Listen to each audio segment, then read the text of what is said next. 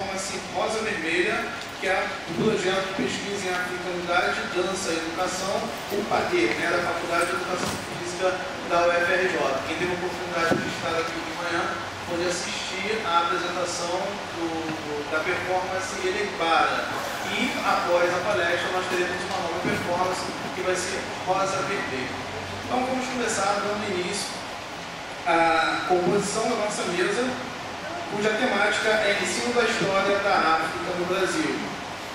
Eu gostaria de chamar aqui o professor, que na verdade ele é graduado em Engenharia de Eletrônica e Computação pela Universidade Federal do Rio de Janeiro, ingressou no grupo de eletrônica de potência do Programa de Engenharia Elétrica da própria UFRJ em 2003, possui mestrado na Universidade Federal do Rio de Janeiro e doutorado também na Universidade Federal do Rio de Janeiro. É aluno hoje de pós-doutorado no Programa de Engenharia Elétrica da POP e professor concursado do Cefet.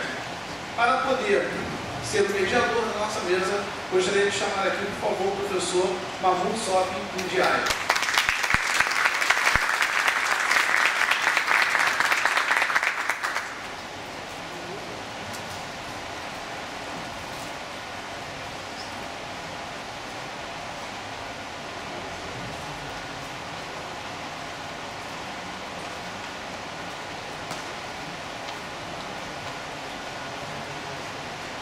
Como palestrante da nossa mesa, a professora de História da África, coordenadora do Laboratório de Estudos Africanos e professora do Programa de Pós-Graduação em História Social do Instituto de História da UFRJ. É doutora em História Social pela Universidade Federal Fluminense, com tese em História da África. Foi graduada em História pela UFRJ, fez o mestrado em Estudos da África no México, atua desde 1992 com o ensino de História da África em cursos de graduação e pós-graduação, realizou pesquisas em arquivos e centros de documentação na África, na Europa e no Brasil. Ministrou conferências, publicou artigos no Brasil e no exterior sobre História da África e ensino de História da África. Foi professora de História na Educação Básica na Rede Pública Estadual do Rio de Janeiro e no CAP UFRJ. Por favor, gostaria de solicitar a presença da professora Mônica Lima e Souza.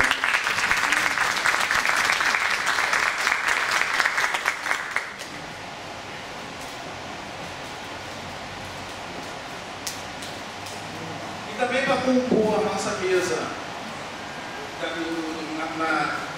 como palestrante, o professor de licenciatura em Educação Física e Desportos, dançarino, intérprete, coreógrafo, artista plástico e membro pesquisador da Companhia Folclórica do Rio, na UFRJ, desde 1989. Participou dos espetáculos Rio Janeirices, Brasileirices, Pelos Mares da Vida, Brasileirinho e Tamborzada. Organizador dos eventos Encontro com Mestres Populares da UFRJ, Folclorando e Ciclo de Cinema, Cultura e Identidade. Coreógrafo assistente da cerimônia de abertura dos Jogos Pan-Americanos do Rio 2007, professor do Departamento de Arte Corporal da Escola de Educação Física e Desportos da UFRJ desde 2010, onde ministra aulas de folclore brasileiro. Participou da cerimônia de encerramento dos Jogos Olímpicos de Londres de 2012 e é coordenador do projeto de extensão Pesquisa em Africanidade na Dança e Educação, PADE, que teremos uma apresentação justamente desse grupo após a nossa palestra. Gostaria de chamar aqui, por favor, o professor Alexandre Carvalho dos Santos.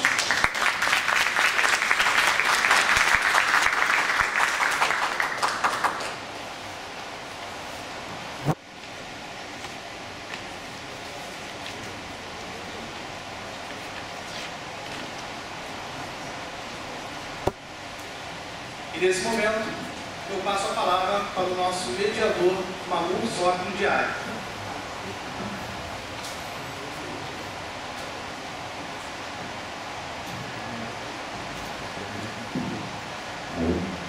Uma boa tarde, pessoal. Primeiramente, obrigado pela presença. Enfim, desde ontem estamos aqui pela primeira vez aqui no Centro de Tecnologia, organizando esse seminário que tem a ver com identidade e raça. Como vocês podem perceber, não é à toa que o CD foi escolhido. vai discutir isso ao longo do debate do tema, que ele que tem um interesse fundamental. Então, começando assim, eu vou contar um pouco. Provavelmente eu sou senegalês, eu fiz minha carreira acadêmica aqui no Brasil, atualmente eu estou morando no Brasil. Enfim, minha carreira acadêmica no Brasil no Fundão. Eu cheguei no Brasil em 1998, cheguei no Fundão em 1998. Alguns dizem que futuramente eu vou ser prefeito do Fundão, mas eu espero que não. Então, naturalmente hoje eu estou feliz, eu estou trabalhando com gente que conhece a África mais do que eu. Estou com 2 especialistas da África para ensinar a África aos brasileiros. Então, daí para mim é o maior dos prazeres, ou seja, estou vivendo um dos momentos mais felizes aqui do CD, que são muitos. Então, falando um pouco de como eu fiz para chegar no Brasil. Porque lá na África, você vai ver que a primeira coisa que a gente assimila é essa vontade de viver em comum. Porque lá, obviamente, a gente tem muitos problemas, mas um deles, um medo é intacto, que é esse lance do africano procurar sempre viver em comum. Isso daí é intacto. Por quê? Porque quando a gente nasce, a primeira coisa que a gente assimila é simplesmente mostrar o que você tem em comum com os outros, aquilo que te permite viver em sociedade. Assim você estuda sua família, você estuda seus bairros, seus amigos, seu país, o seu continente. É nessa busca de saber quem sou eu, o que eu tenho em comum com os outros, aí isso daí nos leva lá no século V, no Rio Nilo, no Egito. Porque lá era o único lugar onde a vida era possível, depois do Rio Nilo. Então, e aí você descobre então que toda a população da África subsaariana em um determinado momento conviveu junto no Rio Nilo. Quando chegou a partir do século XI, com a chegada do movimento árabe para islamizar aquela região, e aí começou então os povos refratários à religião muçulmana. Aí foram se migrar para dentro da África. Foram assim então que se formaram vários países da África subsaariana, o Senegal, o Mali, Mauritânia, Nigéria, etc. O Tchad, o Sudão. Então você percebe claramente que então não é à toa que o malinense tem tudo a ver com o nigeriano, o senegalês tem tudo a ver com o malinense, assim vai. Então, mas ao mesmo tempo, aí você faz vestibular, aí naturalmente o destino natural do senegalês não é o Brasil, porque primeiro tem o desafio da língua que você deve vencer. Mas enfim, você é curioso, puxa, já passa no vestibular, agora tem muitos lugares para estudar. Um deles é o Brasil. Aí para consolar, aí você estuda a história do Brasil. É lá que você ensina, fique tranquilo, você vai no Brasil, mas você vai para um lugar onde 46% é igual a você. Então você fica animado, puxa, que legal, eu estou no Brasil, onde pelo menos eu vou me sentir em casa, porque 46% daquela população é igual a mim. Ponto positivo. O segundo ponto, não é só esse 46% igual a você, mas também você percebe nitidamente que o brasileiro é um povo que integra, é tudo igual, ou seja, a divisão lá não é outra coisa de raça. Aí ele te mostra na televisão, você vê o jogo do Brasil, o Romário faz um gol, você vê o branco comemorando como se fosse ele que fez o gol, então você puxa, que legal. Aí você escolhe o Brasil, ganha toda a coragem.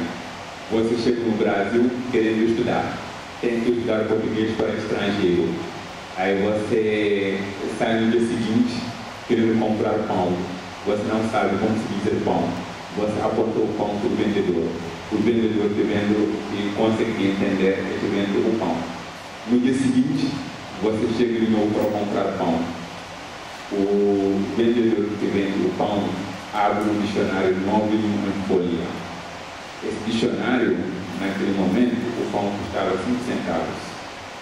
puxa, você começa a computar quantos pães que o vendedor teria que vender para poder pagar o dicionário. Mas ele fez isso com muito motivo, queremos comunicar com você. Então, você diz, puxa, aquilo lá que eles me falaram sobre o caso é verdade. Porque as pessoas fazem tudo para se comunicar com você, fazendo tudo para te integrar.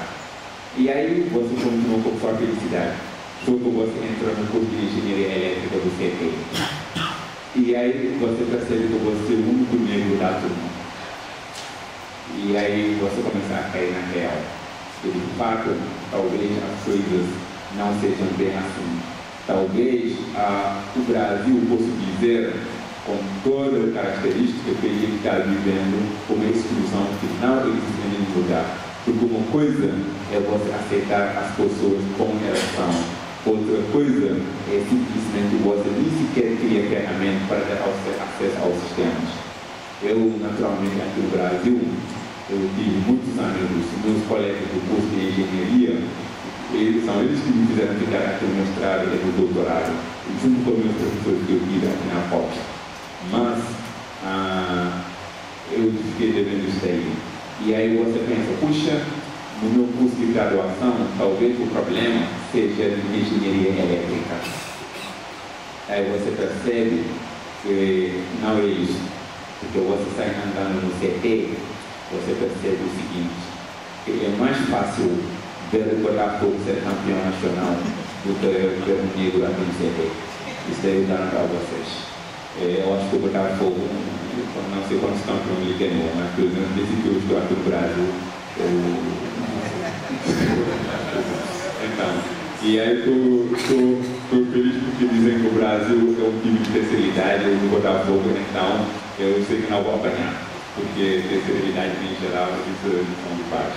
Então, aí você começa a querer continuar com esse debate. E agora, qual é a solução que a gente quer dar sobre tudo isso? Você vai ver que o problema não são nem os professores, nem os alunos. O problema é o sistema que não te deixa entrar. Você não consegue entrar. Mas uma vez que você consegue entrar no sistema, aí tudo fica legal. Ou seja, a gente está discutindo isso no primeiro obstáculo, que é falta de oportunidade. E aí você pensa, puxa, e agora? Chegaram as cotas. A gente, teoricamente, tem acesso à universidade. E aí você vira o professor assistente do fundão.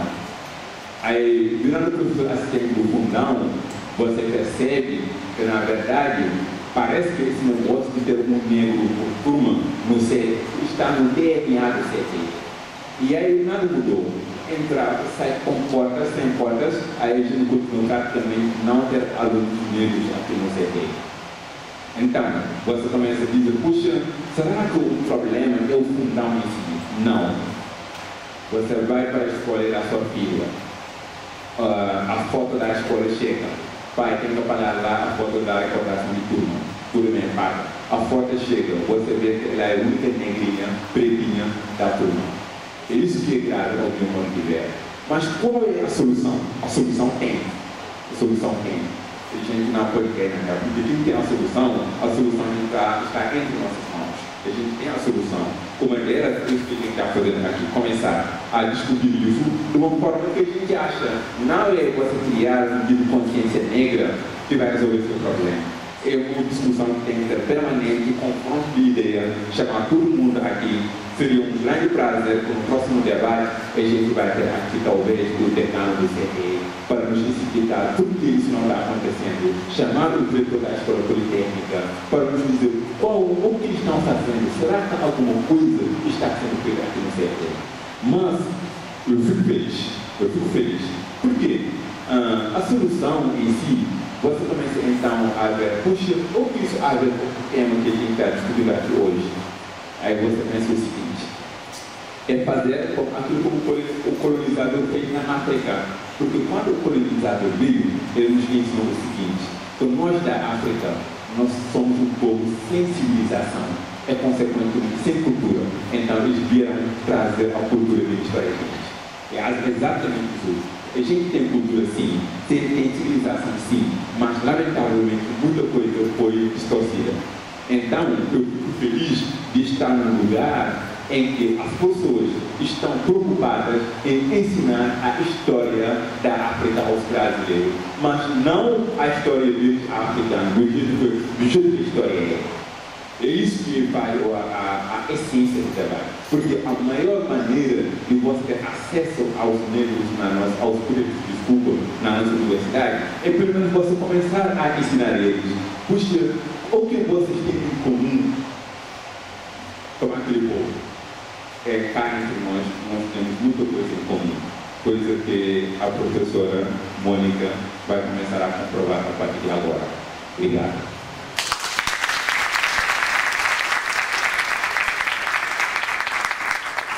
Então, com a palavra a professora Mônica, que tem 30 minutos para nos falar sobre esse assunto.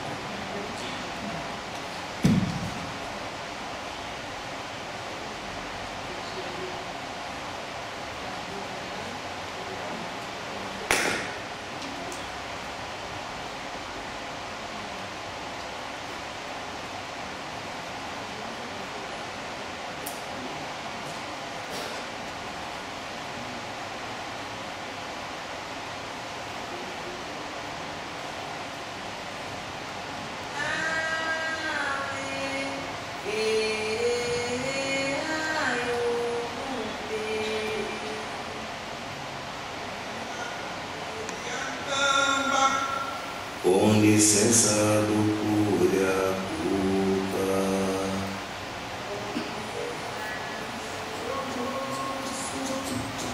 com licença do dono de terra,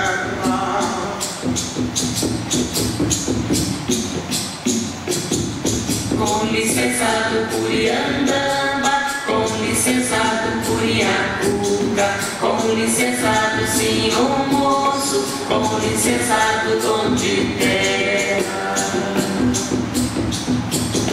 com licença do Curiandamba, com licença do Curiacuca, com licença do senhor moço, com licença do dono de terra, com licença do Curiandamba, com licença do Curiacuca, com licença do senhor moço, com licença do dono de terra, com licença do Curiandamba, com licença do Curiacuca, com licença do senhor moço, com licença do dono de terra, com licença do Curiandamba, com licença do Curiacuca, com licença do senhor moço.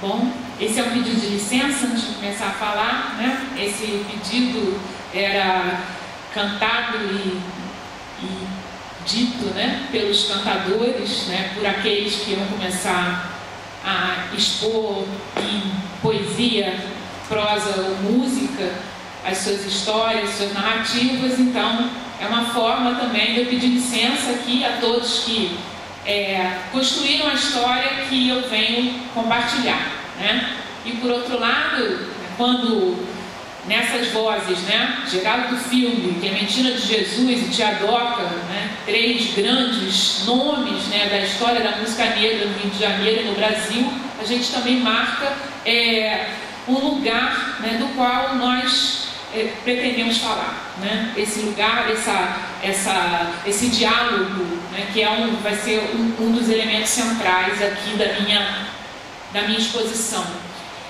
E também lembrar que nessa música, que é um dos cantos do trabalho recolhidos na década de 1920, né, no interior de Minas Gerais, esse daí é um CD com várias canções em que se entremeiam palavras em português e palavras em línguas africanas, sobretudo línguas da região Congo-Angola, que eram, vamos dizer assim, que enriqueceram aquele vocabulário, né, naqueles anos e longamente até hoje.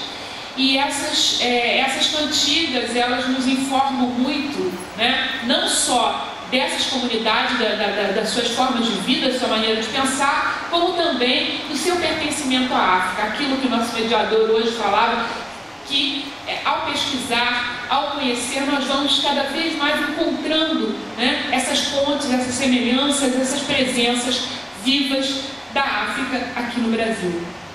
E é sobre essas presenças vivas que eu vou estar falando.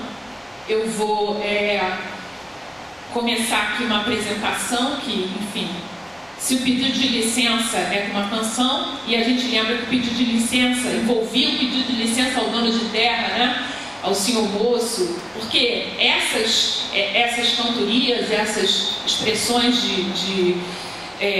expressões culturais, né, dos descendentes de africanos no Brasil, elas muitas vezes passavam por uma autorização, né? Mas essa autorização traduzia, sobretudo, uma conquista. Então, eu vou pedir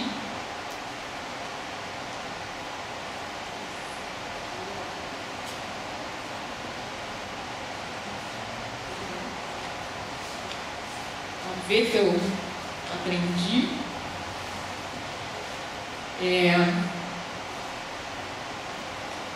Eu fiz uma apresentação em PowerPoint para facilitar até o acompanhamento de vocês. Coitada, a mesa vai ficar de costas. Vocês vão?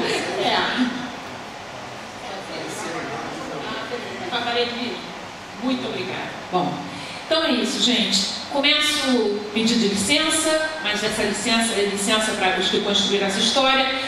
E ainda nessa introdução eu trago uma poesia de um escritor, jornalista, poeta, militante angolano da luta de libertação desse país em África, que se chama Caçadores de Nuvens. À volta da fogueira, os mais velhos disseram: vão então caçar nuvens que já fogem dos nossos olhos. Nós pedimos um guia, armas, munições e farnel para a longa jornada. Mas eles sorriram. Terão de levar apenas estes sons de tambores na memória. João Melo, poeta angolano, escrita em 1993.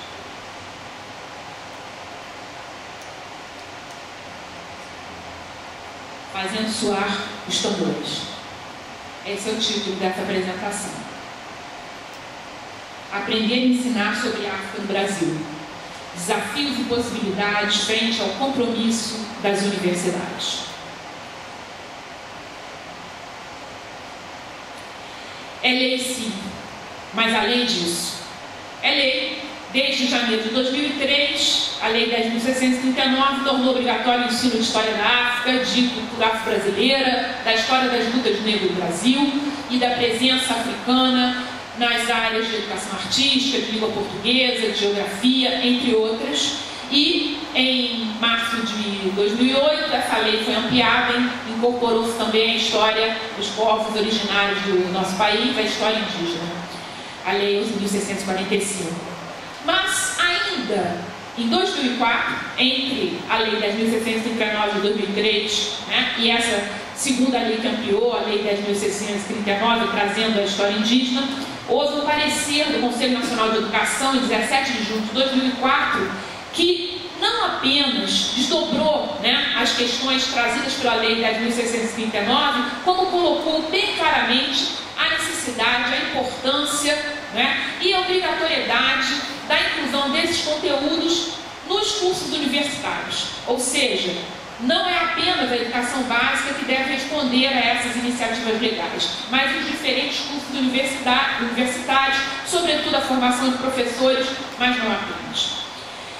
Mas, além da lei, a importância dos estudos desses temas, de história da África no Brasil, como parte da história da humanidade. Para começar, né? A história da humanidade é pensar a humanidade como um todo, pensar os povos em seu conjunto. Certamente não vai dar para falar de todos os povos do mundo em seu detalhe, mas nas suas grandes relações, né? Nos encontros históricos, nos desencontros e conflitos que ocorreram, nas grandes mudanças planetárias, as sociedades africanas estiveram presentes durante todo o tempo. presente numa relação estreita pelo norte do continente com relação à Europa e o Oriente Médio atuais, uma relação muito intensa pelas rotas do Índico para toda a região da Índia, da China, do Japão e da Indonésia, uma longa história de contatos e trocas, e mesmo pelas rotas atlânticas costeiras, esses povos africanos conectaram-se internamente ao continente o tempo todo, em rotas de longa distância, em rotas de pequena distância. Fala da humanidade, fala da África, do berço da humanidade, lá onde foram criadas as primeiras instituições gregárias das sociedades humanas, e ao longo de toda a história, repito. Portanto, estudar a história da África é olhar a história de uma perspectiva inclusiva, uma perspectiva que considere os povos em seu conjunto, como parte fundamental da história do Brasil. Mais além do fato, que não é pouco, que o Brasil foi o país que por mais tempo e maior quantidade recebeu africanos escravizados da história do mundo, mais além do fato de que as cidades costeiras do Brasil, sobretudo o Rio de Janeiro, a cidade onde nós estamos hoje, era e foi durante muito tempo uma das maiores cidades afroatlânticas das Américas. Por esse porto pisaram milhares de africanos, não somente escravizados, também livres e libertos, que transformaram, construíram esse país, modificaram essa cidade, enriqueceram as nossas almas, os nossos espíritos, a nossa música, a nossa dança, a nossa história. Não há, se nós formos enumerar as manifestações culturais que marcam a identidade brasileira hoje, seguramente as africanidades vão estar presentes em todas, se não quase todas, eu diria todas, sem medo de errar. Portanto, a África, as heranças africanas são patrimônio cultural brasileiro. Claro que há muitos desafios, Primeiro, nosso desconhecimento, nosso enorme, profundo desconhecimento, que tem uma longa história também, não vou me ater a ela nesse momento, mas estarei disponível para se interessar, algumas reflexões em torno desse histórico de ignorância. Ignorância no sentido da palavra, do não saber, do desconhecer. Ignorância é essa que muitas vezes aduba a construção de atitudes de discriminação negativa, de preconceito. Portanto, devemos pensar em como enfrentar esse preconceito. Esse é um grande desafio. Enfrentar a ignorância, sim, mas enfrentar o preconceito. Às vezes porque o saber por saber, o saber sem profundidade, ele não derruba o preconceito. Qualquer um de nós, imagino, já terá visto, já terá conhecido pessoas que acumularam uma grande quantidade de conhecimento, sabem até sobre a África, sobre a africanidade, mas esse conhecimento não transformou-as, não as mudou por dentro. É um conhecimento que não afeta, ele fica na superfície. E aquele conhecimento que não afeta, que não vai pela via da afetividade, nos dois sentidos, esse conhecimento que não é transformador, ele não ajuda a enfrentar o preconceito. Portanto, é um desafio enfrentar o preconceito, é um desafio enfrentar o desconhecimento. E um outro grande desafio são muitas Áfricas. São muitas Áfricas na África, são muitas Áfricas, aquelas Áfricas presentes no Brasil, plurais, diversas e em território brasileiro, combinadas e recombinadas em suas identidades. Muitas Áfricas no Brasil, muitas Áfricas na África. Aí a gente vê, só para a gente ter uma ideia, um panorama do mapa do continente africano, um mapa atualizado.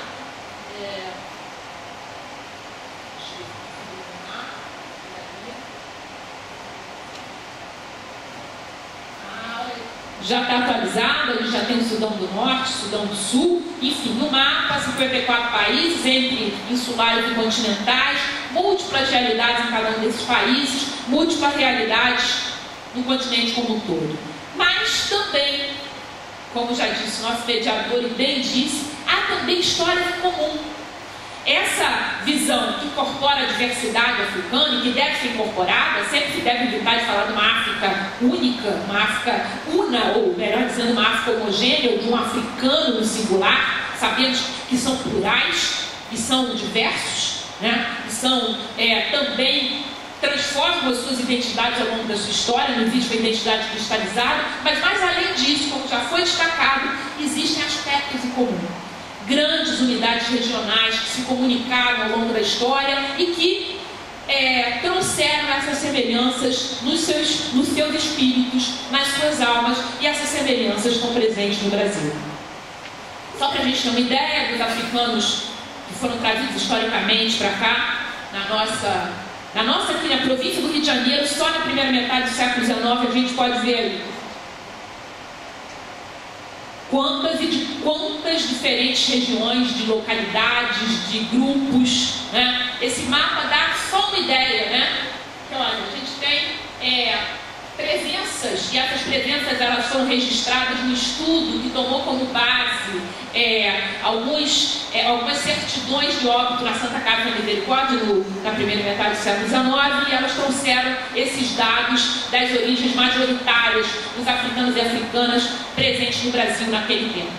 Então, múltiplas origens de múltiplas partes da África, de distantes regiões, trazendo essas Áfricas todas diversas, mas que também podem ser compreendidas nas suas identidades. Diferentes em suas origens, diversos no tempo em que esses africanos foram trazidos ou que vieram. Porque além desse longo processo de migração forçada, esse que foi o mais longo processo de migração forçada da história da humanidade, o comércio de africanos escravizados, existem também as migrações contemporâneas. Nós temos aqui no século XX, em especial na segunda metade do século XX, ondas migratórias de países africanos para o Brasil.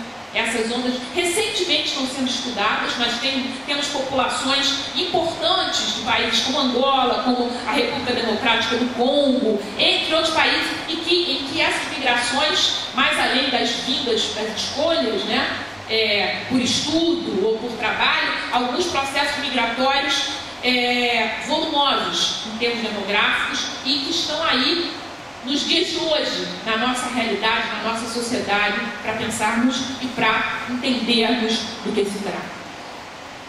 Diversas também essas africanidades nos lugares onde elas se expressaram e com as realidades com as quais se relacionaram. Houve misturas, contatos, reinvenções de identidade. Trazidos de diferentes partes, muitos desses grupos, esses povos africanos de diferentes origens do continente, foram também se descobrindo e redescobrindo-se africanos no Brasil, encontrando semelhanças nesse contato aqui estabelecido.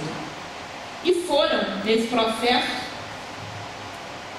também criando e recriando identidades, marcas de pertencimento, escolhas no trajar, no enfeitar-se, no dançar, no movimentar-se,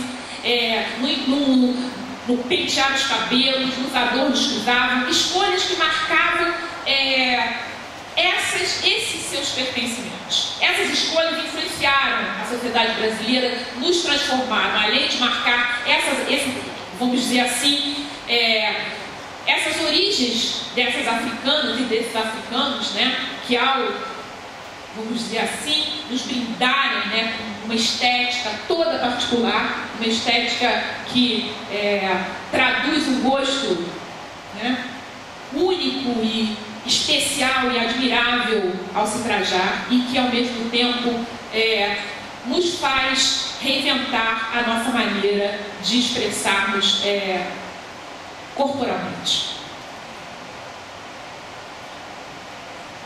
E incorporaram também esses africanos e essas africanas símbolos novos, há toda uma série de adornos corporais e adornos também que se transformaram e se foram recriados e receberam significados novos na história brasileira.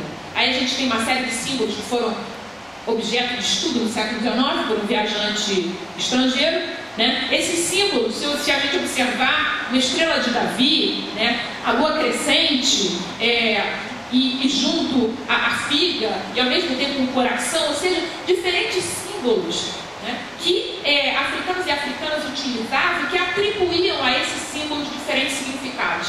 E isso está presente até hoje na nossa história, na nossa vida. Aí a gente localiza uma figa em muitos lugares chamada figa de Guiné, né? E todos esses amuletos, esses objetos de proteção e ao mesmo tempo objetos de veneração, eles vão trazer junto uma mentalidade, uma maneira de ver o mundo e um gosto por enfeitar-se.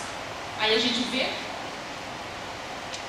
uma imagem do século XIX também, uma africana com seus enfeites, essa liberta. Nem todos os africanos escravizados assim permaneceram ao longo de toda a história do Brasil, e muitos deles, uma vez libertos, traziam essa estética, essa nova forma de adornar-se, de vestir-se, como marcas presentes na sociedade brasileira daquele tempo e não só daquele tempo.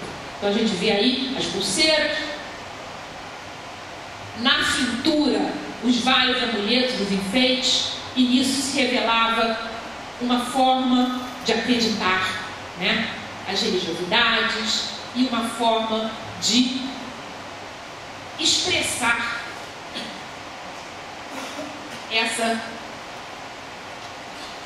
identidade. Nós vemos também, além dessa expressão sobre a roupa e os adornos, a expressão nítida, profunda, que certamente vai ser muito mais bem desenvolvida pelo meu companheiro de mesa, né? Nesse jogo, nessa arte, nessa dança, chamada por um pesquisador recentemente de arquivo e arma, que é a capoeira. Portanto, são questões em discussão. As múltiplas identidades, mas também, como já disse, os pontos em comum. E, novamente, fazendo, né, uma ponte direta,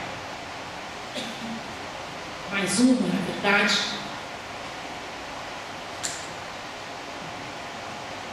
o que foi dito pelo moderador da mesa, um dos pontos-chave para entender a sobrevivência dessas africanidades no Brasil, né? Eu, como alguém que se dedica à história, pesquisa na área de história, é isso, né? Esse meu grande interesse. Essa sobrevivência dessas africanidades está muito ligada à formação de redes de solidariedade e de redes de sociabilidade, né? Essas redes pelas quais esses africanos e africanas, né, e seus descendentes sobreviveram, não apenas preservaram, mas puderam fortalecer as suas formas de expressão religiosa e cultural, né? Essas redes que tornaram possível a sobrevivência, que tornaram possível essas heranças vivas da África no Brasil, essas heranças que nos pertencem a todos, independente da nossa origem familiar. São nossas essas heranças. Um lugar também que é um lugar de luta. Essas redes, elas são fundamentais para se entender essa herança viva, essas presenças, essas memórias. Portanto, essa descoberta dessas Áfricas no Brasil, essa descoberta da importância das africanidades na nossa história, essa descoberta da importância da África hoje nas suas relações com o mundo, é o que norteia esse estudo como questão e como paradigma. Portanto, pensando na área de educação, que é a área central da temática escolhida para essa mesa, é uma questão que não se refere apenas à educação básica. A lei dirigida aos professores de educação básica parece ter colocado à frente deles, muitas vezes, um desafio quase impossível de cumprir e muito difícil de implementar, já sabemos. Mas nós temos aqui, nesse espaço universitário, que é um espaço privilegiado, e trazendo cada vez mais pessoas, trilhar alguns caminhos que, a meu ver, são necessários. É claro que a formação inicial e continuada de professores e professoras é fundamental, né? A escola ainda é uma trincheira. Eu não sei se minha história toda na educação básica me leva a pensar assim, mas com toda a dificuldade que a escola encerra e a inviabilidade de alguns espaços escolares, praticamente, eu acredito que ainda é uma trincheira. E ali a gente deve travar importantes batalhas, e ali nós vamos conseguir importantes vitórias. Já estamos conseguindo. Para isso é fundamental essa formação inicial e continuada, é fundamental a produção de materiais, mas tudo isso em diálogo com os movimentos sociais, aprendendo a escutar, aprendendo a reconhecer os saberes que não são exclusivos de nós dentro da universidade, que não são exclusivos sequer dos professores das escolas, que estão aí em vários setores da sociedade, vivos nas comunidades e que devem ser incorporados ao conhecimento do seu lugar de honra, de conhecimento ser valorizado, né? A ser colocado, como eu digo, na estante, né? E esse diálogo, essa troca, ela só tem a tornar o nosso ensino melhor, né? O nosso ensino-aprendizagem melhor, como é isso que vai modificar essas estruturas. Eu acho que só quando a gente aprender realmente a reconhecer os outros saberes. Não adianta pensarmos em cursos de formação, a meu ver, para o professor da educação básica, em que nós achemos que a gente só vai falar que aquele professor ele é apenas um ser que não sabe, né? E que nós vamos levar milhares de conhecimentos maravilhosos e notícias. Nós temos coisas maravilhosas para contar, sim, mas temos que ouvir muito, né? Recentemente a gente organizou um encontro voltado para os 10 anos da Lei 10.639, lá no Instituto de História, um encontro sobre ensino de História da África e Cultura Afro-Brasileira, e um dos momentos mais revigorantes, mais emocionantes do encontro foram as rodas de conversa, em que não só professores, mas educadores de diferentes espaços puderam expor seus trabalhos, porque as pessoas têm algo a dizer e muitas coisas ditas, né, somadas, entrelaçadas, leva mais do que ao compartilhar, como também foi dito por um músico que participou do nosso encontro, leva ao desenvolvimento do conhecimento. Claro que temos que ter cuidados necessários, não simplificar. Quando eu boto folclorizar entre aspas, porque folclore é uma palavra linda e forte, quer dizer muitas coisas boas, inclusive cultura popular, mas quando eu coloco folclorizar entre aspas, é não transformar a África e a africanidade naquele outro folclórico, né? Naquele outro folclórico que, na verdade, não é a gente, não é um outro, né? Então, muitas vezes a gente vê, né, alunos e alunas negras comentando do negro, do africano, como se fosse alguém distante, alguma coisa que quase não pudesse ser compreendido, e não, somos nós. Quando essa barreira, né, ontológica for rompida, né, essa barreira do ser, né, que a gente vai conseguir tirar as aspas dessa folclorização. Evitar os maniqueísmos, é claro, evitar a idealização também sempre, e é claro, tá sempre com o pisca-alerta ligado, porque o preconceito está vivo, gente, ele está aí. Né? Ele está na frente dos nossos olhos. Recentemente nós vimos, né, na eleição do casal que ia representar o Brasil no sorteio, né, para a Copa do Mundo, né, o casal Lázaro Ramos e Camila Pitanga foi preterido em função de um casal com outro padrão, né? Então, assim, tudo isso, gente, está vivo, e isso não é pouca coisa. Nossos problemas em destaque. Portanto, ampliar as ações. Não se trata apenas de cumprir a lei. Temos que ir além disso. Enfrentar as resistências internas, no caso da nossa universidade em especial. Enfrentar as nossas resistências externas, não são poucas, eu não estou falando de nada que esteja distante de mim, né? Enfrentar as resistências nas nossas unidades, nos nossos grupos de pesquisa, nas nossas pós-graduações, nas nossas salas de aula. E existem resistências externas, que não tão pouco, são pequenas. Tudo isso, gente, tendo como objetivo claro garantir a qualidade, a excelência da nossa atuação, rompendo os estereótipos, sim, mas criar condições para essa afirmação. E nada disso, nada da incorporação dos saberes externos à universidade significa perder esse padrão de excelência. Ao contrário, ganhar um outro padrão de excelência, né? Tornarmos mais excelentes, né? Porque soubemos incorporar saberes amplos, plurais e diversos. Tudo isso, gente, finalmente, é claro, para crescermos, para nos tornarmos melhores, para formarmos melhores os estudantes dessa universidade, para sermos uma universidade pública, um compromisso com a sociedade, mas também para que possamos reconhecer, né, as nossas semelhanças e reconhecermos nelas. Essa imagem dessa mulher que nossa ancestral, nossa antepassada, que está viva também aí nas nossas ruas, nas nossas esquinas, nas nossas almas, nas nossas famílias. Esse homem lá de Porto Alegre, no Rio Grande do Sul, um músico que nos anos 20, né, marcava com régua e compasso os ritmos de uma cidade até então pensada por muitos no Brasil equivocadamente como sendo uma cidade branca. Reconhecermos nessas Áfricas vivas hoje essa senhora, Dona Leinha, filha de Manuel Martins, uma dama, né, uma mestra do maracatu de Pernambuco, de Recife, mais especificamente. Dona Leinha, África viva entre nós. E encontrarmos também a história da África, essa história do outro lado do mar, o mar que não nos separa, o mar que nos une, né? Essa África do outro lado do mar, nessa imagem, as mulheres no distrito de Soweto protestando durante o regime do apartheid na África do Sul, né? Essas mulheres protestando pela prisão de seus filhos, essas mulheres protestando por um regime racista, um regime autoritário e discriminador. Essas mulheres, elas somos nós também. Então, olharmos as questões da África hoje com essa ideia de pertencimento. O que está passando em Moçambique hoje, né?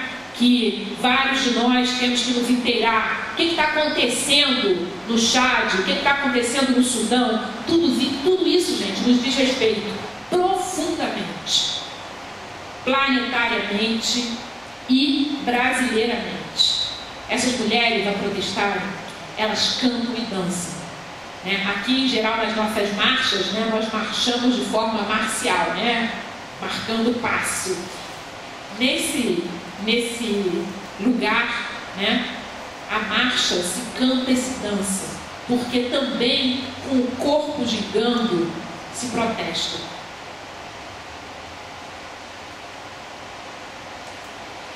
E percebermos assim, já fechando, que a história da África, ela está na nossa história, né? Esse baobá, no caminho de Tanhoco, na África Ocidental, né, que é essa árvore que fica frondosa quando chove, essa árvore que se seca, mas que não morre, essa árvore, a sombra da qual se reúne para contar histórias, para reacender-se e acender memórias e pertencimentos, que ela esteja presente no nosso dia a dia. Possamos, né, plantar baobás na UFRJ em torno dela. E que fiquem ressoando os sons de tambores na nossa memória. Bom, gente, muito obrigada. Muito obrigada. Boa tarde.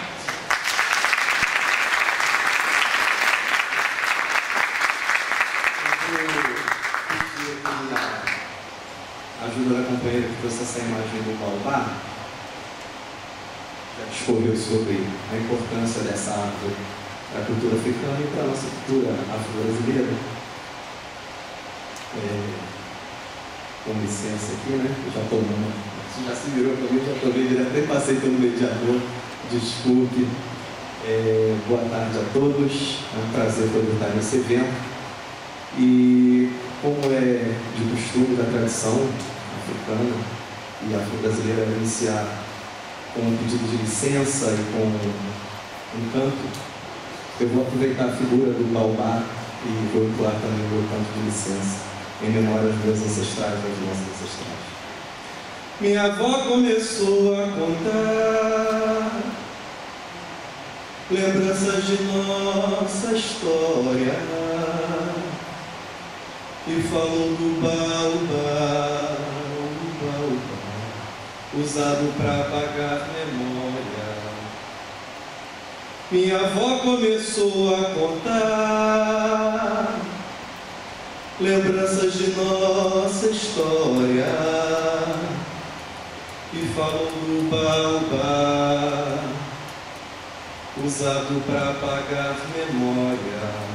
O baobá, árvore sagrada do solo africano, num rito obrigatório aos escravizados que davam 7 voltas em seu tronco para esquecer o seu passado O baobá não os deixou esquecer. O baobá não os deixou de lembrar. Gostaria que a gente fizesse assim, ó. O baobá não os deixou esquecer. O coro diz.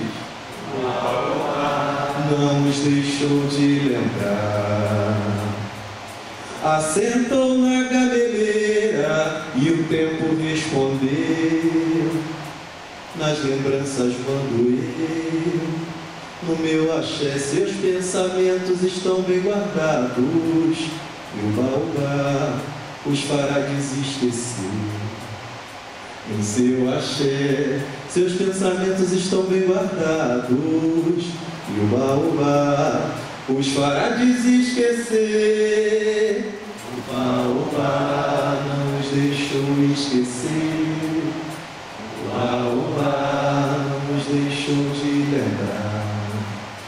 O baobá não os deixou esquecer.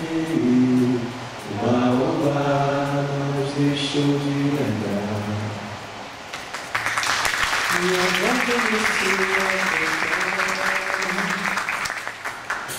Trazer essa música para esse momento, no momento que a gente faz essa reflexão sobre a história da África e sobre a história do povo afrodescendente também, a cultura afrodescendente aqui no Brasil, tem uma importância. Para mim, essa música é de minha autoria e eu fiz em homenagem à minha avó, uma pessoa que me deu muito tempo de si para falar sobre a nossa história, sobre a história da minha família, sobre a história dos meus ancestrais. Mas queria especialmente hoje, nesse momento em que a gente fala da história da África, da história do povo, da cultura afrodescendente aqui, dedicar esse momento à professora de História e Estudos Sociais, Maria Gracinda, que foi minha professora. Vou me emocionar um pouco aqui em falar disso. Quando eu fiz o ginasial, quinta série, e foi uma das primeiras pessoas em quem eu ouvi falar da cultura africana dentro de sala de aula, numa época que ainda não era lei, numa época que ainda não se tinha uma obrigatoriedade de se fazer isso. Maria Gracinda sempre trazia itãs e contos africanos nas suas aulas, ressaltando a importância da nossa ancestralidade e da cultura africana. E fica aqui então prestada essa homenagem a essa grande educadora, a professora Maria Gracinda.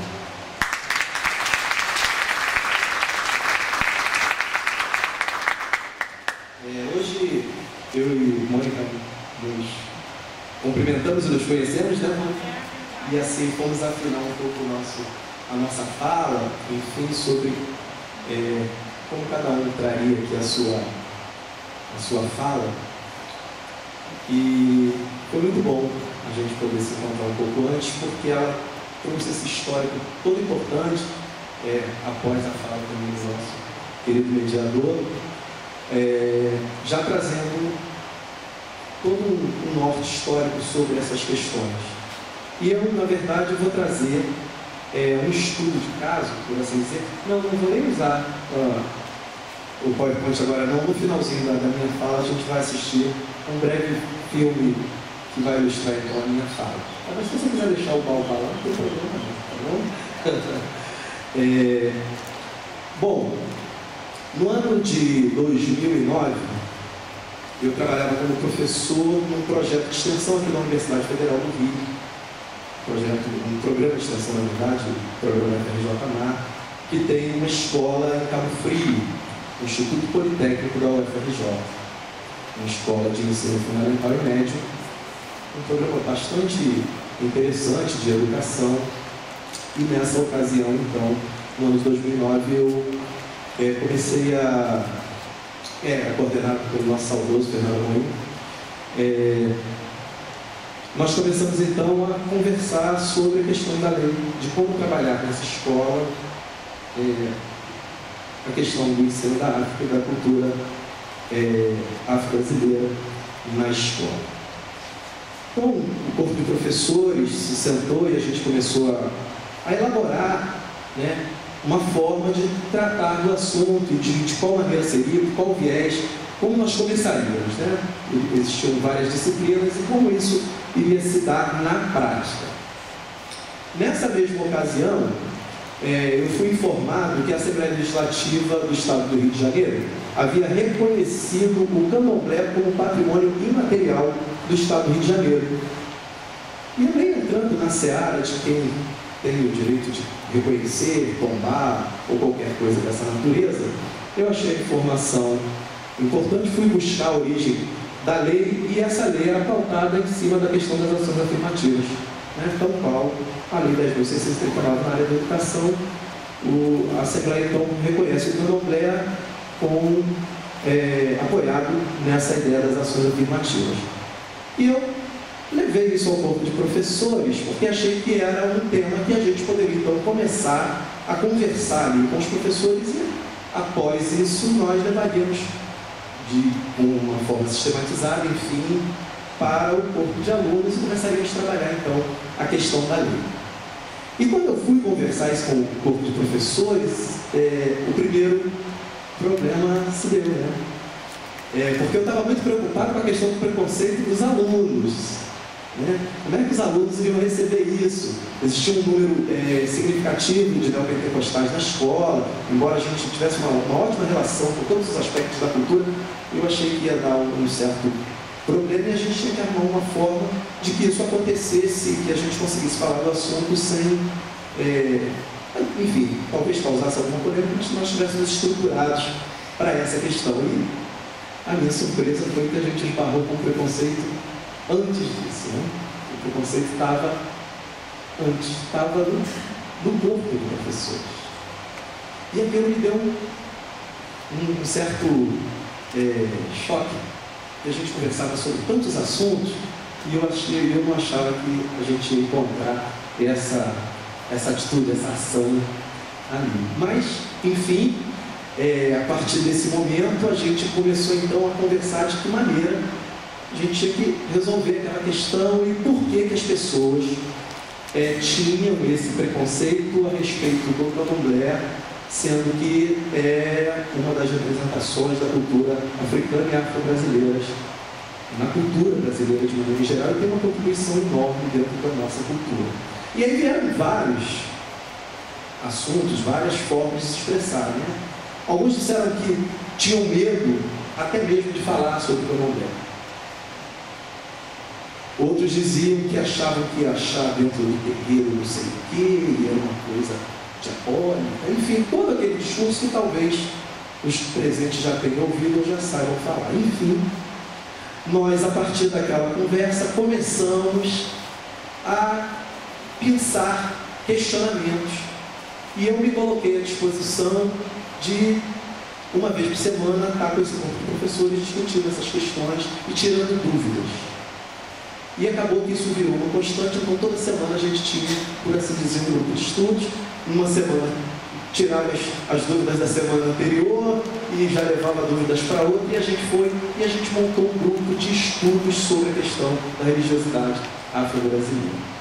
Mas eu achei também que só isso não seria o suficiente para a gente poder realmente ter em mãos informações que fossem relevantes na hora de nós trabalharmos isso na escola. Então, eu objetivei fazer com esses professores uma visita a um terreiro de candomblé. E vim ao Rio de Janeiro para conversar com algumas lideranças também, para ver a possibilidade de nós fazermos isso. E aí, ao chegar no terreiro e conversar sobre a questão, primeiro é essa lei, embora fosse uma lei de ação afirmativa, que colocava o candomblé no lugar, né? Levava o candomblé no lugar assim, de excelência, enfim, que era o que a lei diz, né, de igualdade de tratamento, também não chegou aos terreiros. E, ao dizer a liderança do terreiro que eu levaria um grupo de professores para pesquisa lá, também foi a minha surpresa, porque a casa também não se reconhecia como um espaço de saber.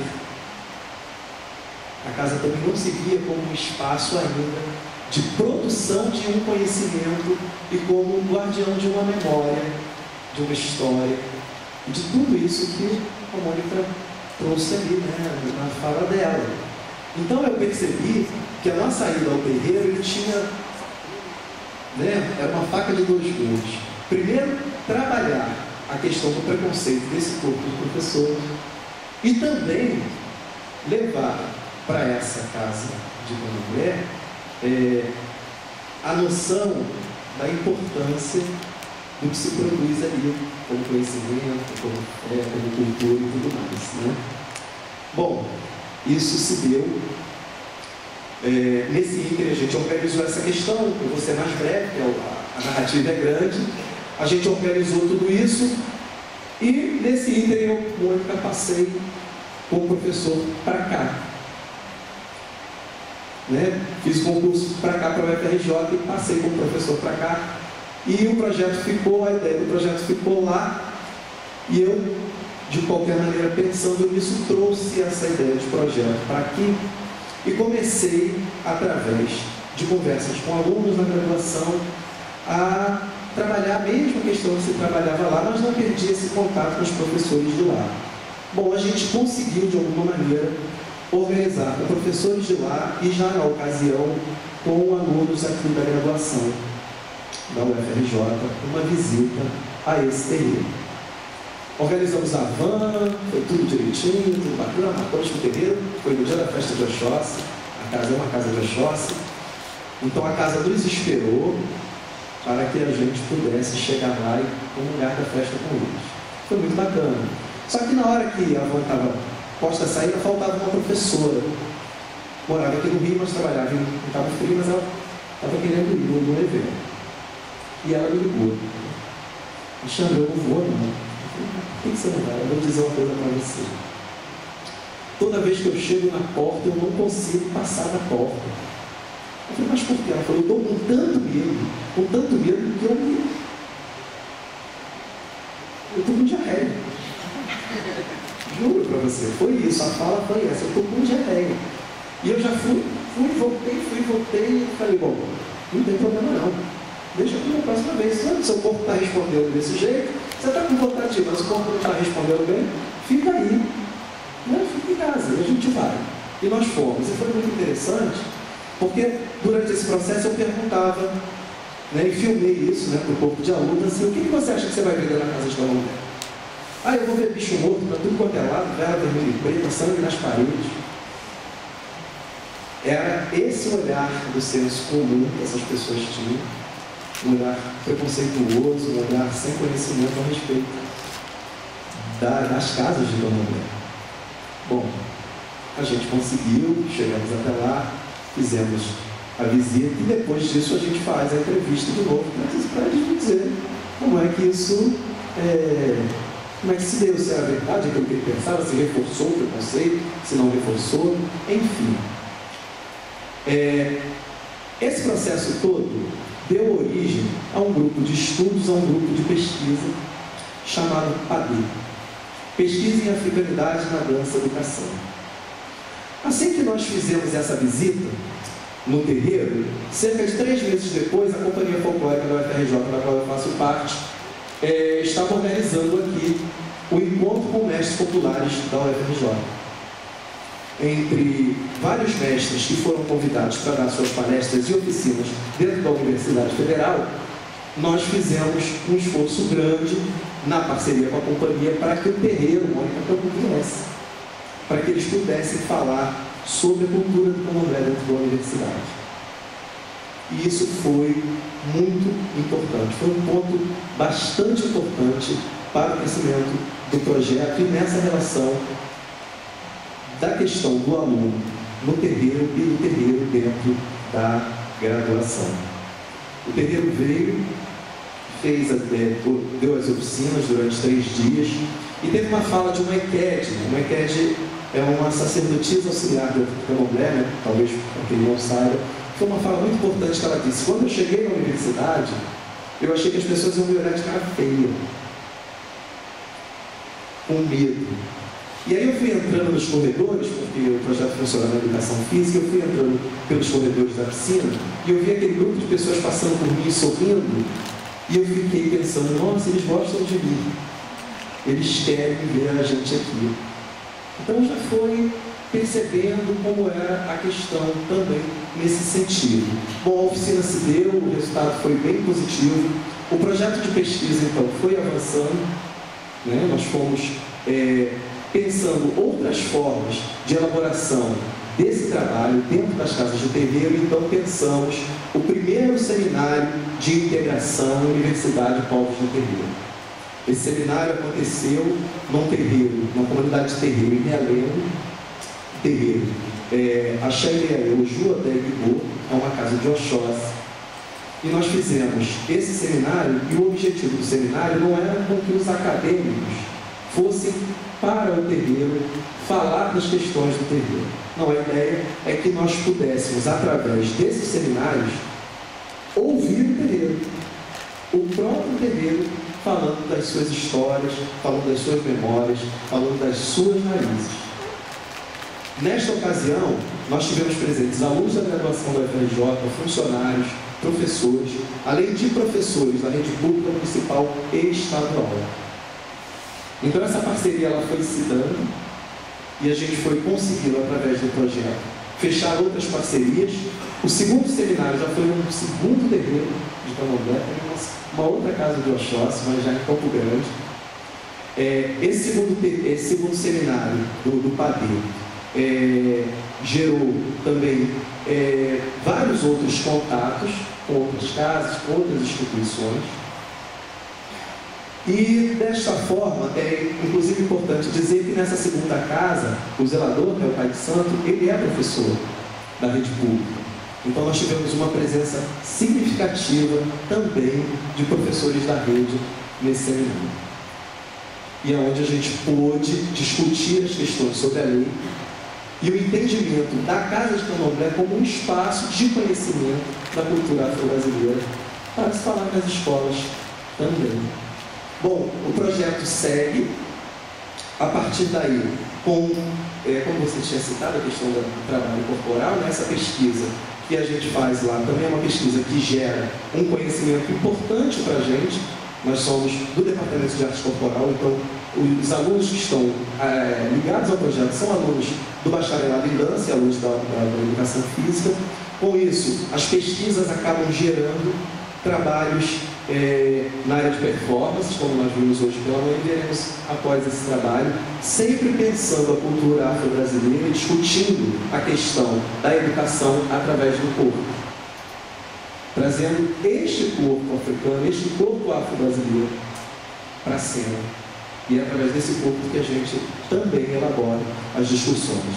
É importante ressaltar que essa parceria com o terreiro fez com que, no último congresso de folclore, o bolsista do projeto, Genilson Leite, juntamente com o Ogan, Roberto Liz, o Ogan da casa, escrevesse o trabalho no congresso, e o Ogan foi falar no congresso de folclore sobre cosmogonia africana, sobre toda a questão do panteão dos deuses iorubás dentro das casas de Candomblé no congresso de folclore.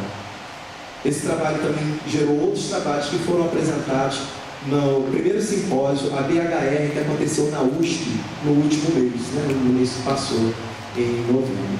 Isso tudo uma parceria entre a universidade e as casas de Candomblé. Há cerca de 3 meses. A contrapartida, gente, é que os terreiros que estão em parceria com o PADE, eles têm uma contrapartida com a gente, na verdade faz parte dessa parceria, que é de vir nas graduações da educação física e da dança e ministram aulas para as nossas disciplinas. Isso está acontecendo na educação física há 3 meses. A culminância do projeto, que já é a 4ª edição do Encontro com Mestres, a culminância do projeto será amanhã e no dia 29, onde haverá uma oficina com terreiro, oficina com o jongo da Serrinha, oficina com outros grupos de cultura popular que também estão dentro desse projeto, né, do Encontro com Mestres. E, enfim, hoje o projeto conta com cerca de 19 pessoas, né, entre alunos, funcionários e professores da universidade, fazendo esse trabalho, que é um trabalho que a gente vem fazendo desde 2010, sendo que só esse ano nós entramos para a extensão da universidade. Então a ideia de trazer o PADE, e é importante dizer que o PADE, Pesquisa em Africanidade na Dança e Educação, se apropria de uma palavra também de origem iorubá, né? PADE, que significa encontro, e é também a palavra relacionada ao ato de se fazer a oferenda a Exu, a comida de Exu, o PADE, né? O ato de se rodar o PADE. Então, essa palavra tem para a gente um significado muito forte, no sentido de que o PADE ele vem buscando essas parcerias, esse encontro, constituições, para que a gente possa cada vez mais discutir a questão da lei, né? Levando para escolas, levando para centros culturais, trazendo para encontros como esse. A gente fica muito feliz de poder estar aqui falando do projeto, numa mesa tão importante como essa. E como eu havia dito para a Ana Paula, é importante, a universidade é muito grande, né, Mônica? A gente está falando que a gente acaba não se conhecendo, né? A Mônica fez um evento enorme em novembro, em outubro, agora no IFIX, e a gente não sabia, a gente não se conhece. Então é muito importante que a gente esteja numa mesa dessa, falando de um projeto que acontece dentro da universidade, e poder dizer que o terreiro de Candomblé está dentro da universidade, falando da cultura do Candomblé, falando da sua herança cultural, falando da sua história, falando da sua culinária, falando da sua indumentária, falando da sua música, falando da sua dança, falando dos seus deuses. Eu acho que é importante que a universidade saiba o que a universidade está fazendo. Esse na verdade, um apanhado desse projeto do PADE dentro da universidade, dentro da extensão. E agora eu vou pedir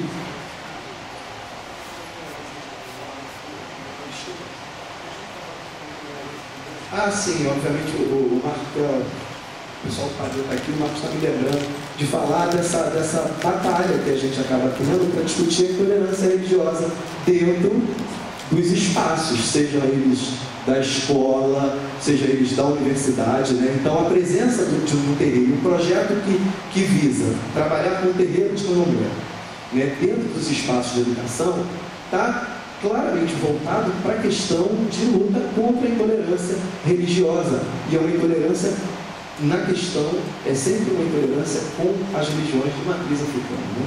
Nós sempre temos ações intolerantes em relação àquilo que fazemos, né? Você coloca um tambor dentro de uma escola, já causa um reboliço. E às vezes não é do aluno, mas é o pai, que vem para reclamar porque botou o tambor, é uma representação de uma... é sempre pejorativo, é sempre no lugar negativo, né? Às vezes o filho está querendo fazer, mas o pai vem com um discurso preconceituoso montado, né, na história. Então é importante ressaltar isso. Agora eu vou pedir para ela soltar um filme que dá um pool de todas as ações do PADE desde 2010 até hoje, tá bom?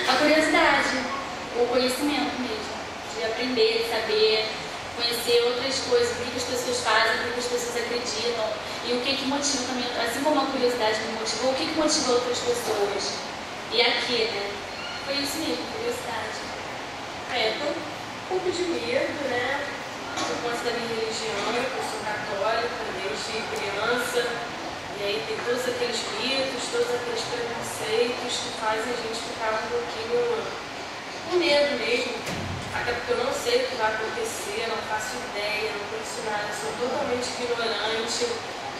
E assim, estou um pouco ansiosa também, tudo de cabeça aberta, né? Mas estou querendo conhecer mesmo. Há muito tempo já eu tinha essa curiosidade, até porque a minha avó, né, falecida já, ela era do candomblé, então eu cresci mesmo no quintal da casa dela, ela tinha na casa dela um quartinho, né, que tinha umas imagens e ela recebia pessoas ali. E eu sempre ficava curiosa para saber o que tinha ali, minha mãe me proibia de entrar lá. E aí teve um dia, muito engraçado, teve um dia que meus pais saíram, né, para fazer alguma coisa e me deixaram na casa dos meus avós. E aí meu avô me colocou para dormir, era de madrugada, né? Meu avô me colocou para dormir, só que eu de repente acordei de madrugada com aquele barulho, né? Eu falei, caramba, que barulho é esse? Pô, eu quero ir lá. Eu sabia que a minha avó estava lá, eu sabia que eu não podia ir para lá, mas eu queria saber o que estava acontecendo. E aí meu avô, não vai, só vai pegar uma casa se você for para lá. E aí eu esperei o velho dormir, aí fui embora. Eu cheguei lá no pódio, olhei pra minha cara, tipo, o que você está fazendo aqui? Falei, pô, eu quero ficar aqui, o batuque estava legal, eu estava querendo dançar, né? Eu devia ter uns 6, 7 anos. E aí eu lembro, assim, do lugar, né? Eu lembro que teve todo um ritual para eu poder entrar naquele ambiente. A minha avó me apresentou, né, as pessoas que estavam lá e eu fiquei na roda, dançando, sem saber o que representava aquilo, mas eu tenho um pouco essa imagem na minha cabeça do que possa ser, mas totalmente superficial, porque eu era muito criança e minha mãe sempre me proibiu de matar essa minha curiosidade mesmo. Hoje eu estou aqui animada, tenho certeza que a minha avó deve estar muito feliz, né? Onde ela estiver, e é isso, estou ansiosa.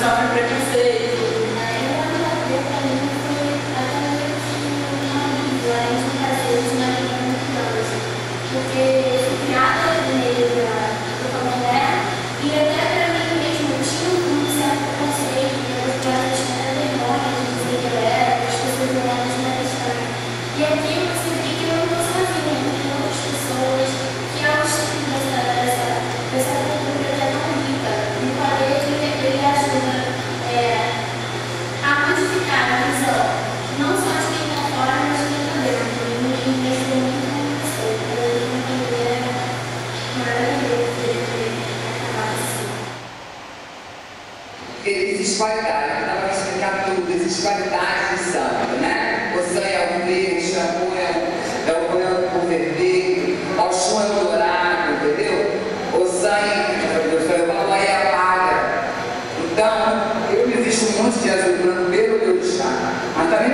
fugir de outras coisas, não.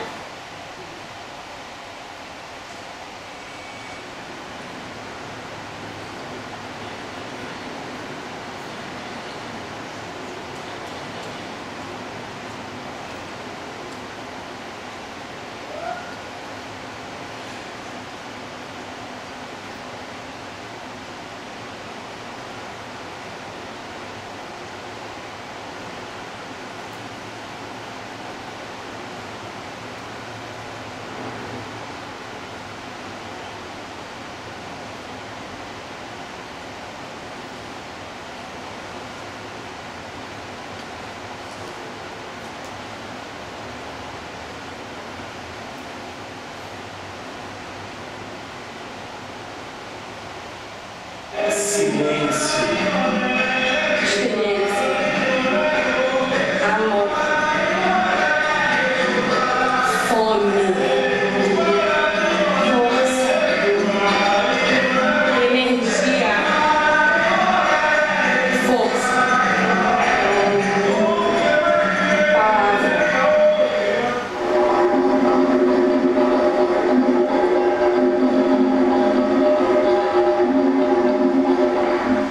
Eu vou pedir a calma,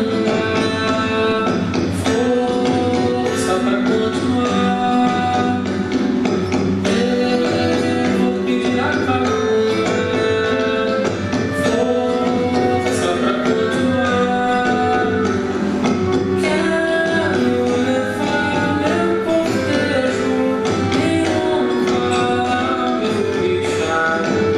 Quero levar meu cortejo e honrar meu orixá. Quero levar meu cortejo em honra, meu orixá.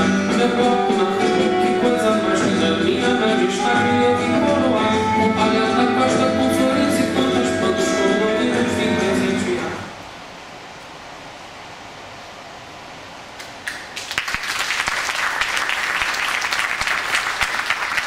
É isso. Só uma palhinha do que a gente faz lá no nosso projeto. Bom, gente, obrigado. Realmente, enfim, recebemos verdadeira aula sobre isso. Obrigado, professor. Obrigado, professor Alessandro. Obrigado, professor Rony. Mas, uma curiosidade inicial, esse Instituto do Cabo Frio não tem energia, onde a prefeitura cedeu o campo querendo irregular. Na verdade, eu que integrei esse grupo, esses semanários, ou seja, a única coisa que eu consegui prometer é que a gente vai botar energia solar lá.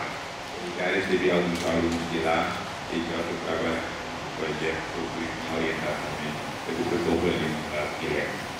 Foi muito legal. Bom, Feliz.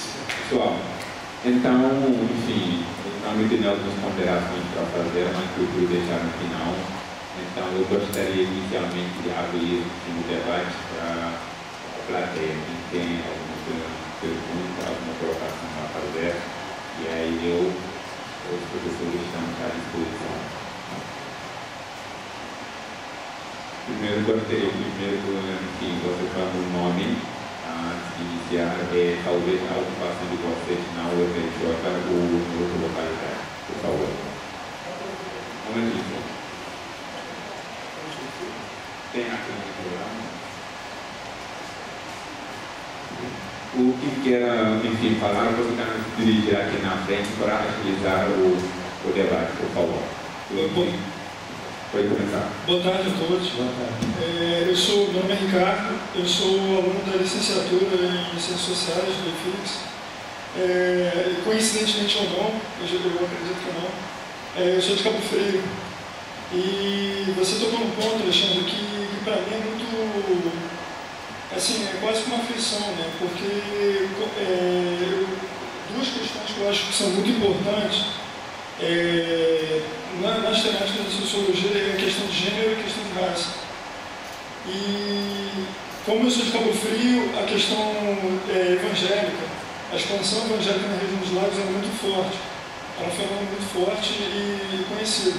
E a gente percebe que existe uma resistência muito grande em relação ao candomblé e as práticas, né, africanas, enfim. Uma coisa que eu queria perguntar em primeiro lugar, assim, se o projeto de vocês, conheço o FRJ na também, já ouvi muito falar, tive a gosto de trabalhar na ATA, e eu queria saber assim, se o projeto ele tinha estabelecido uma ponte com escolas da rede estadual de ensino da região dos lagos, porque assim, eu pretendo me formar e voltar para lá para dar aula. Eu gostaria de saber também se, uma vez lá dando aula, como professor, futuro professor, haveria um espaço de repente estabelecer um contato institucional, tanto para capacitação como abertura para levar, para contribuição de projetos futuros. Ricardo. Bom, Ricardo, olha só, o PADê, na verdade, como eu disse, né, significa encontro. A gente está buscando cada vez mais encontros com escolas da rede estadual, da rede municipal, com projetos sociais, enfim, o nosso objetivo é realmente esse, é também poder chegar nas escolas para poder estar discutindo essas questões com os professores, além de ter oficinas para professores e alunos. Nós já temos essas modalidades de oficina, né, de capacitação para professor e oficinas para alunos também. Então, estando lá, nos convide, Marcos está aí atrás de você, é nosso coordenador de produção, você pode já pegar o cartão com ele, e assim que você tiver o sinal verde para a gente, nós nos organizamos e vamos a Cabo Frio, vamos a toda a região dos lagos aí.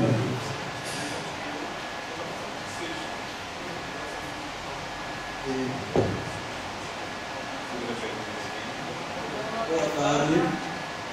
Eu gostaria de fazer uma colocação e uma pergunta para a professora Mônica. Maurício Wilson. E uma colocação que eu queria fazer é com relação a essa questão do princípio de história da África no Brasil. Porque eu percebi pela experiência que eu tenho em algumas convivências com os cursos aqui, é que a procura da demanda dos estudantes brasileiros que vão fazer especialização fora, como um todo, sem falar da raça, cor de pele, é mais pela Europa. E a própria política do governo também não fortalece muito esse intercâmbio entre universidades brasileiras e universidades africanas. E hoje nós sabemos que tem uma das universidades africanas, eu vou citar Cheikh Anta Diop do Senegal, que é uma das universidades com uma tradição assim, muito forte com relação a essa questão da história da África, não só como escrita, assim como tradição oral. Ou seja, é uma universidade que quando se trata da história da África, eu não trocaria para nenhuma das universidades americanas ou europeias. Mas convido a questão social e toda uma estrutura da política que muitas das vezes não incentiva. Eu não sei como é que seria possível dar formação aos professores e colegial para poder ensinar a história da África, se de uma certa forma não propôs uma demanda desse intercâmbio muito mais amplo entre Brasil e países africanos que têm essa tradição muito forte das suas universidades. E fazendo a minha pergunta com a experiência da professora Mônica, eu gostaria de saber se o governo já tem uma política nesse sentido ou está a trabalhar nesse sentido. Agora, com relação a... Desculpe, Alexandre. E uma colocação que eu gostaria de fazer, na verdade, não tenho nem pergunta com relação às coisas que apresentou, mas essa questão da religião, né? E é uma questão que vem a ser discutida muito forte aqui no Brasil e na África também, e herança de um problema histórico muito forte que se percebemos a própria questão do cristianismo que foi citado aqui. E eu discuti numa palestra onde eu posicionei de uma maneira que não radical, mas para tentar questionar e provocar uma discussão, onde eu falei que o cristianismo mais próximo do que é cristianismo que o Cristo deixou, hoje se pratica mais na Etiópia do que qualquer lugar do mundo. Eu baseei num base do fundamento teórico e científico para provar isso. E quando se entende que no período que o Império Romano vai admitir cristianismo depois, muitos períodos da rejeição, existia um complexo conformidade na discussão naquela época de uma questão diretrizante do que poderia ser cristianismo para ser aceito pelos romanos. Ou seja, segundo relatos bíblicos históricos, que o próprio Cristo na época já se preocupava com essa questão de institucionalização do cristianismo. A partir desse momento, os romanos institucionalizaram e surgiu uma identidade que esse cristianismo já se incumbia de uma identidade social e cultural da época também, onde se discutia debate de trindade e várias outras questões, onde vai existir uma ruptura que vai deixar o cristianismo romano e o cristianismo e como um todo de uma herança bizantina, que devido aos conflitos ela vai imigrar pela norte da África, do Egito, consolidando uma caminhada para o oriente da África até a Etiópia. Ou seja, nesse período a África Ocidental desconhecia essa demanda do cristianismo. E o que vai acontecer? Esse cristianismo romano, ela vai separar na Idade Média com a reforma do Lutero. Quando isso se tornou separado nesse período, não era mais um cristianismo que se discutia se Jesus era Pai, Filho, Espírito Santo, mas se discutia a própria questão econômica e questão das distribuições lá dos papados. Então, se percebemos hoje o que é cristianismo evangélico e o que é cristianismo de resgate da Contra-Reforma da Igreja Católica Apostólica, e vai nesse período da Contra-Reforma da navegação para a África, e vamos conhecer na África Ocidental, são cristianismos de berço romano, que quando os romanos institucionalizaram o cristianismo, as basílicas onde eles praticavam e a justiça deles, onde eles julgavam, que tinha uma postura de juiz, advogado, de defesa da acusação, e o povo que assistia ao julgamento, essas basílicas passaram a configurar o que é as nossas igrejas hoje. A figura de padre começou a tomar mais importância. Eu vou tentar resumir. Mais gente perguntando, após esse debate vai ter outro campo. Não, eu vou ser muito rápido, é só para tentar explicar. E de uma certa forma, essas identidades vêm surgindo até na África com relação ao islamismo também. Mas que hoje o que conhecemos na África como se fosse o único Deus que nós seguimos, tem que ser seguido pelo parâmetro a partir do Islão, ou então a partir do cristianismo romano, ou a partir do que é a Igreja Católica Apostólica, ou a partir do cristianismo evangélico. E quando nas nossas religiões tradicionais se diz Deus de mar, é o mesmo Deus que construiu a natureza, e talvez é o mesmo Deus que o catolicismo ensina, mas que de uma certa forma implica toda a demanda também de uma liquidação cultural e de oprimir a sociedade e de tentar alienar as pessoas a acreditarem nesse conceito de que as práticas das religiões matrizes africanas é uma prática satânica. Que no próprio Vaticano, a prática de incenso, a prática de comunhão do corpo de Cristo também é um canibalismo de uma maneira simbólica. Essa é a posição que eu queria colocar.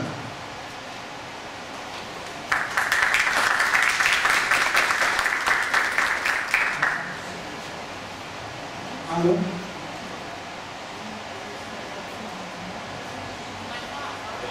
Gente, vamos fazer as perguntas que a gente faz uma resposta, enfim, depois, único para todo o primeiro, senão a gente vai assim entender.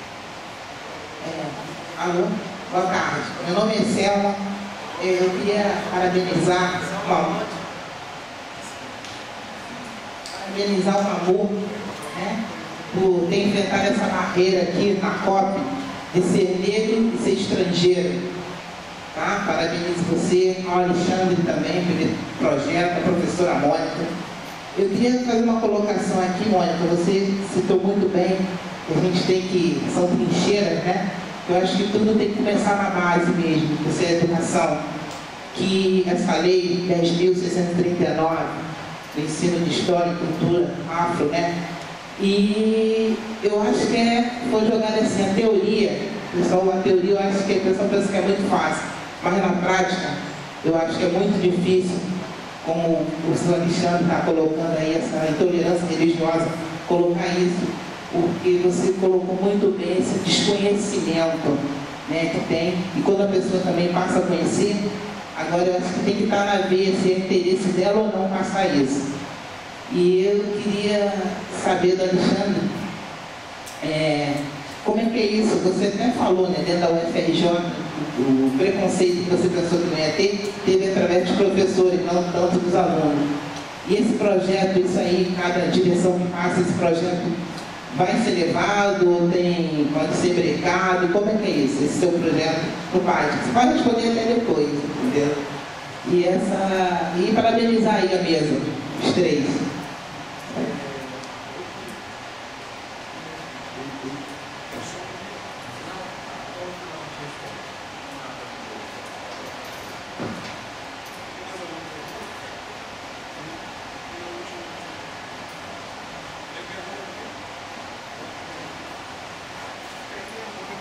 Boa tarde para todos. Meu nome é Silene Vieira, sou servidora pública da Rede FAETEC, sou assistente social. E quando fala dessa parte no caso, falando com relação aos religiosos, né? Falando sobre o candomblé, eu não vejo problema nenhum, porque eu nasci dentro do candomblé, que a minha mãe era uma Ialorixá, né? Ela tem 7 anos de nascimento. Então, nós, as filhas, nós sempre vimos com muita clareza, muita tranquilidade.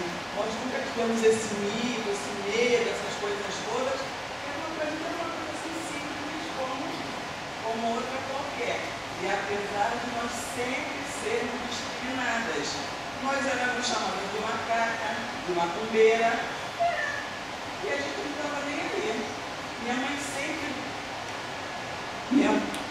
Minha mãe sempre nos fortaleceu e nos mostrando que cada um tinha que seguir um caminho.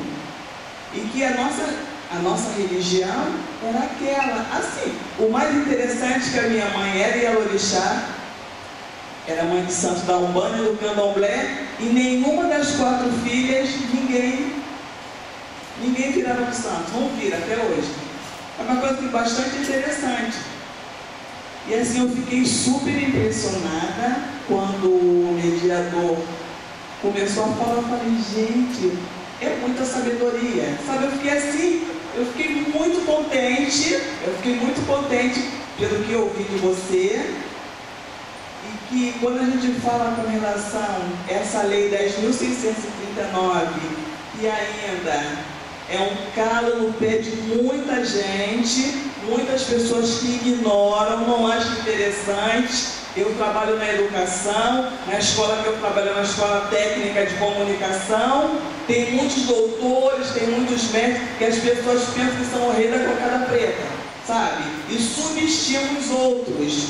Eu, com a minha humildade, sempre dou meu pitaco, eu me meto, se não me chamam na conversa, mas eu me meto, sabe? Falando a respeito disso. E uma outra coisa também é com relação a quando a gente fala dessa ação afirmativa nas universidades, ainda é um quantitativo muito pequeno, ainda tem aquelas pessoas que têm aquele discurso. Ah, mas pelo menos tem um no curso de medicina, tem um no curso de engenharia. Nós não queremos nenhum, nós queremos bastante. Sabe? Se a gente cair, não vai saciar. Porque a gente, eu percebo o seguinte, tem muitas pessoas que têm uma cabeça dura que não conseguem entender quando falamos de política de cotas. Não que os negros, as pessoas que têm um poder aquisitivo menor seja inferior. Não é por causa disso, não. Se é um direito nosso, a gente vai correr atrás, na frente, do lado. Se correr só atrás, já era. Tem que ser atrás, na frente e do lado. Para conseguir ingressar na universidade e mostrar que nós somos tão bons quanto os outros que não são negros, que não são pobres, e que a gente está aí para fazer diferença.